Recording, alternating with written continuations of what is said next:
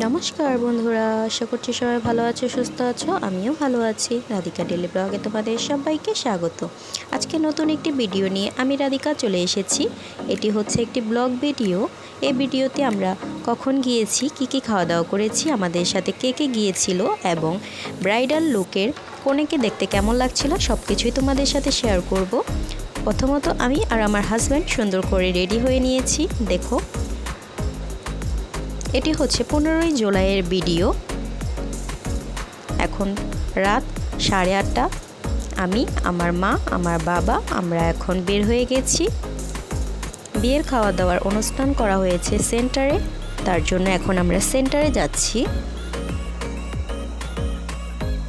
আমাদের বাড়ি থেকে সেন্টারে হেঁটে যেতে 10 মিনিট সময় লাগে, আর যদি আমরা রিক্সা ব্যবহার করি তাহলে আমরা চলে যেতে পারবো 4 থেকে 5 মিনিটের মধ্যে।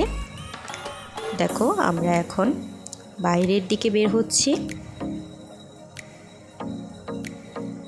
বিয়ের অনুষ্ঠানের কারণে চারপাশ সুন্দর করে লাইট দিয়ে সাজানো হয়েছে। দেখো, আমরা সেন্টারে চলে এসেছি। সেন্টারটিকেও লাইট দিয়ে সুন্দর করে সাজানো হয়েছে। এখন আমরা সেন্টারের বাইরে দাঁড়িয়ে আছি।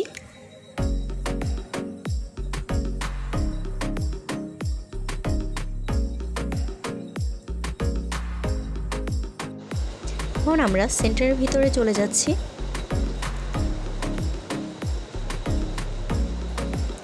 দেখো, আমরা ভিতরে চলে এসেছি। সিঁড়ি দিয়ে ওঠার আগেই সুন্দর একটি গেট তৈরি করা হয়েছে।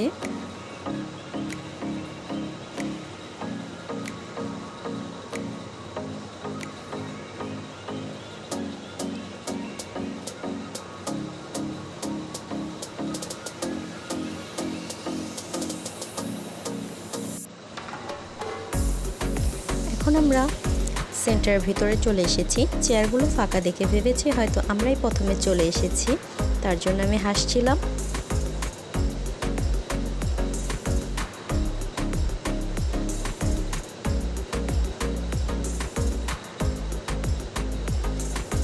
এখন আমার হাজবেন্ড চারপাশটা ঘুরে দেখছে কোথায় কোন অনুষ্ঠানের ব্যবস্থা করা হয়েছে।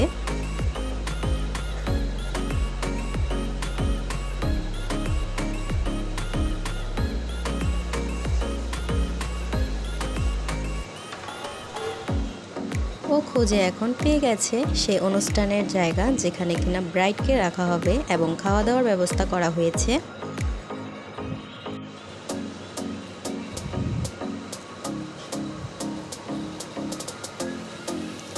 দেখো, সুন্দর করে প্লেট গ্লাস দিয়ে টেবিলটিকে কত চমৎকারভাবে সাজানো হয়েছে।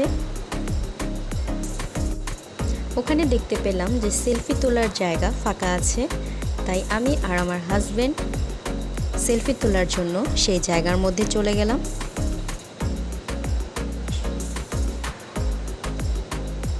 প্রথমেই গিয়ে আমি পোজ নিয়ে নিচ্ছি। যখন লোকজনের ভিড় পড়ে যাবে তখন হয়তো আর ছবি তোলার সময় পাবো না, তাই আমি আর আমার হাজব্যান্ড সুন্দর করে কিছুটা ভিডিও করে নিচ্ছি। কমেন্টে অবশ্যই জানাবে আমাকে আর আমার হাজব্যান্ডকে কেমন লাগছে। ভিডিওটি স্কিপ না করে ধৈর্য সহকারে অবশ্যই দেখবে। আর এমন ভিডিও পাওয়ার জন্য অবশ্যই একটি লাইক, কমেন্ট, শেয়ার আর সাবস্ক্রাইব করে আমার চ্যানেলটির পাশেই থাকবে। এখন আমরা খাবারের টেবিলে বসে পড়েছি। যার যার পছন্দ অনুযায়ী সে টেবিল পছন্দ করে বসে পড়েছে। আর এখন পর্যন্ত ব্রাইড পার্লার থেকে আসেনি।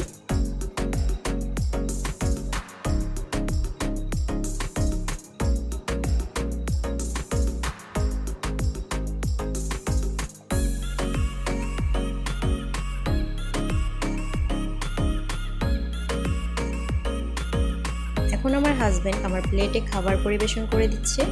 এটি হচ্ছে সব রকমের সবজি দিয়ে চিকেন দিয়ে রান্না করা হয়েছে, একটি ভেজিটেবল আইটেম। এটি পোলাওর সাথে এই ভেজিটেবল আইটেমটি আমার অনেক ভালো লেগেছে।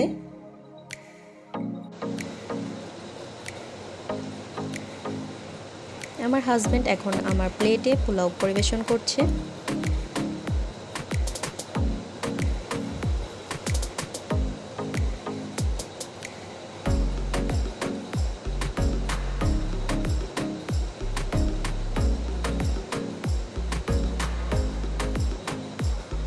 এখন প্লেটে সালাদ দিয়ে দিচ্ছে। আমার হাজব্যান্ড আমাকে ভালোবেসে একটি কাঁচামরিচি দিয়ে দিল। ভালোবাসার চিহ্ন কি আর করব।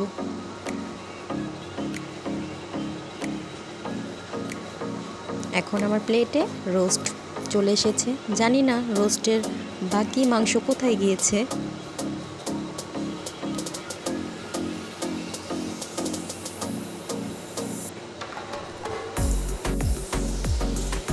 আমার হাজব্যান্ড অলরেডি খাওয়া দাওয়া শুরু করে দিয়েছে।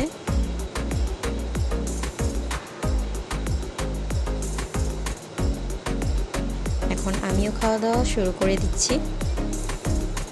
আমাদের রোস্ট আর ভেজিটেবল দিয়ে খাওয়া দাওয়া প্রায় কমপ্লিট হয়ে গেছে। এখন আমরা রেজালা নিয়ে নিয়েছি। এখানে ওনারা মুরগির আইটেমই করেছেন, মুরগির রেজালা। শেষ পাতে ওনারা জর্দা দিয়েছেন এবং 7 আপের একটি করে বোতল দিয়েছিল। আমাদের খাওয়া দাওয়া শেষ করে এখন দেখছি ব্রাইডাল চলে এসেছে। ও এখন ব্রাইড শ্যুট নেওয়ার জন্য খুবই ব্যস্ত ছিল, তাই আমরা আর ওকে বিরক্ত করার জন্য সামনে যাইনি। কারণ বেচারি এমনিতেই সাজসজ্জা করে আস্তে আস্তে অনেকটাই লেট করে ফেলেছে। এখন যদি আমরা গিয়ে ওর সাথে ছবি তুলি হয়তো ওর আরও সময় নষ্ট হয়ে যেতে পারতো। বর হয়তো ছাদনার তলায় বসে থাকতো আর ও হয়তো ছবি তুলতে তুলতেই বিয়ের সময়টা কাভার হয়ে যেত। তাই আর ওকে গিয়ে ডিস্টার্ব করিনি। সাইড থেকে দাঁড়িয়ে কিছুটা শ্যুট নিয়ে চলে এসেছিলাম।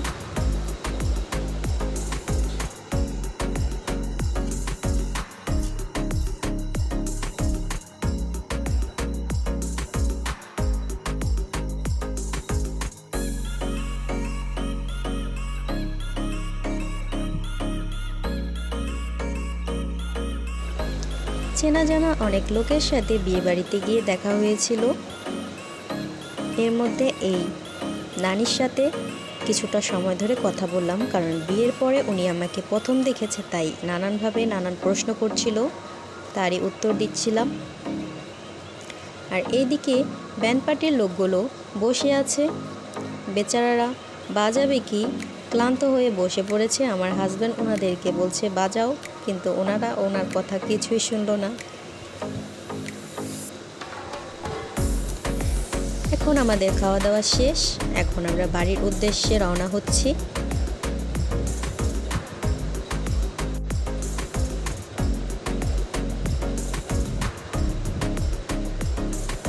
খাওয়া দাওয়ার পরে পানের ব্যবস্থাও ছিল, কিন্তু আমি পান খেতে পছন্দ করি না, তাই পানটিকে আমি স্কিপ করেছি।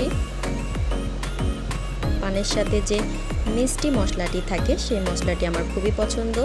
ওইখান থেকে কিছুটা পরিমাণ মুখে দিয়ে চিবোচ্ছিলাম আর সিঁড়ি দিয়ে আস্তে আস্তে নেমে যাচ্ছিলাম। দেখো এখান দিয়ে অনেক লোকই এখন সেন্টারের ভিতরে প্রবেশ করছে।